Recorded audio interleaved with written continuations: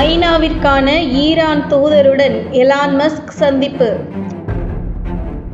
Tehran Washington இடையிலான பதற்றத்தை குறைக்க பேச்சுவார்த்தை. காசா மற்றும் லெபனானை தொடர்ந்து இஸ்ரேல் ஆக்கிரமிப்பு படைகள் ஈரானை குறிவைத்து வருகின்றன. அதேபோல் லெபனானை தொடர்ந்து ஈரான் இஸ்ரேலுக்கு கடும் பதிலடி கொடுத்து வருகிறது. இந்த போரில் தனது நட்பு நாடான இஸ்ரேலுக்கு உதவுவதற்காக அமெரிக்கா ஈரான் மீது தாக்குதல் நடத்தக்கூடும் என்ற தகவல்கள் வெளியாகி வருகின்றன. அப்படி இந்த போரில் அமெரிக்கா களமிறங்கினால் ஈரானுக்கு ஆதரவாக ரஷ்யாவும் களமிறங்கக்கூடும்.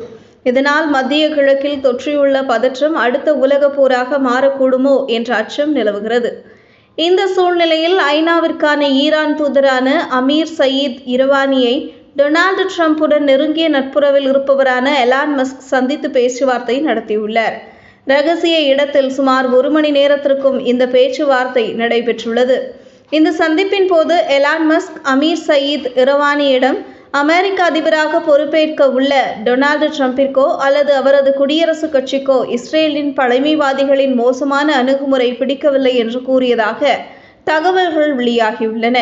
இந்த பேச்சுவார்த்தை நேர்மறையாக இருந்ததாக அமெரிக்க ஊடகங்கள் செய்தி வெளியிட்டுள்ள போதும் இந்த சந்திப்பு தொடர்பாக எவ்வித அதிகாரப்பூர்வ அறிவிப்பும் வெளியாகவில்லை. இந்த வீடியோவை உங்களுக்கு வழங்கியது www.aliaonlinestore.com. இந்த இணையதளத்தில் நீங்கள் ட்ரை ஃப்ரூட்ஸ், நட்ஸ், அதே மாதிரி குழந்தைகளுக்கு தேவையான டாய்ஸ் உள்ளிட்ட பல பொருட்களை நீங்கள் வாங்கிக்கலாம். ஒரு தடவை இந்த இணையதளத்தை விசிட் பண்ணி பாருங்கள்.